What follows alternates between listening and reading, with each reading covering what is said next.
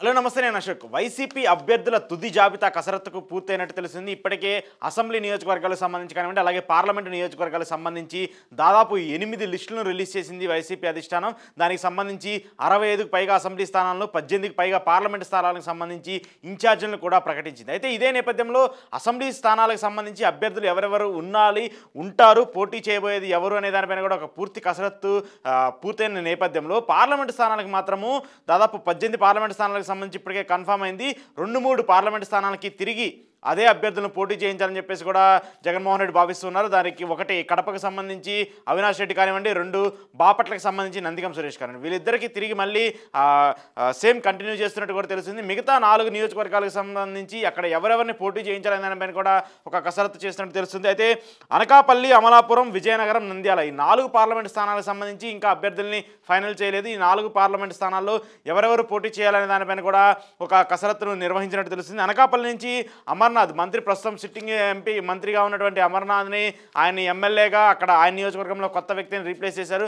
So ఆయన్ని ఎంపీగా పంపించాలని చెప్పేసి కూడా ప్రయత్నిస్తున్నట్టు తెలిసింది. ఎందుకంటే అనకాపల్లికి సంబంధించి ఈ సీట్ని జనసేన పార్టీ తీసుకున్న నేపథ్యంలో ఇక్కడ నుంచి నాగబాబు పోటీ చేస్తారని చెప్పేసి అందరూ భావిస్తున్నారు. సో నాగబాబు పోటీ చేస్తే ఖచ్చితంగా అమర్నాథ్ని అక్కడి నుంచి రంగంలోకి దింపాలని చెప్పేసి వైసీపీ అధిష్టానం చూస్తుంది. ఎందుకంటే 2 కాపు సామాజిక వర్గాలు కాబట్టి ఇద్దరు నేతలు, ఆ ఈక్వేషన్స్ ముఖ్యంగా గోదావరి జిల్లాలు కాబట్టి అక్కడ ఈక్వేషన్స్ వర్కౌట్ అవుతాయి కాబట్టి అమర్నాథ్ని అనకాపల్లి నుంచి ఎంపీగా పోటీ చేయించాలని చెప్పేసి కూడా జగన్ భావిస్తున్నట్టు తెలిసింది. ఇక మరోవైపు అమలాపురానికి సంబంధించి కూడా అక్కడి నుంచి రంగంలోకి దింపాలని చెప్పేసి చూస్తున్నారు. అక్కడ కొత్త వ్యక్తికి అవకాశం ఇవ్వాలని చెప్పేసి కూడా చూస్తున్నారు. బీసీ వ్యక్తికి కానివ్వండి, లేదంటే కాపు సామాజిక వర్గానికి సంబంధించి వ్యక్తిని కానివ్వండి, అక్కడ అవకాశం ఇవ్వాలని చెప్పేసి జగన్మోహన్ రెడ్డి భావిస్తున్నారు.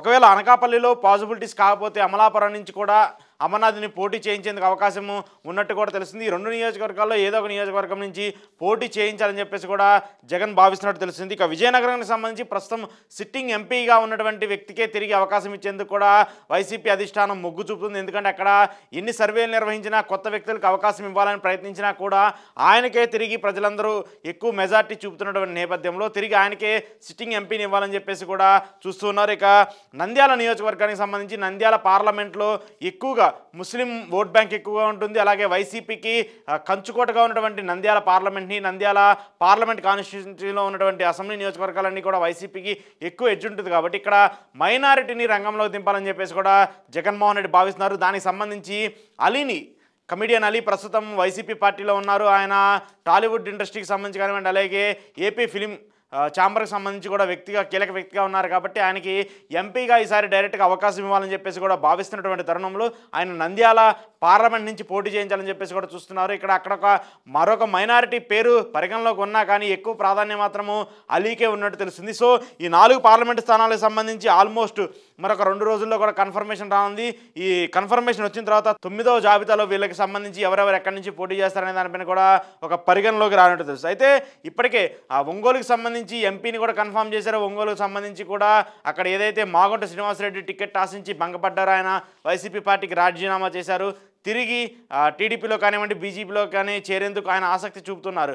అక్కడ మాత్రము నెల్లూరు కీలకంగా ఉన్నటువంటి వ్యక్తిని అక్కడికి రీప్లేస్ చేశారు.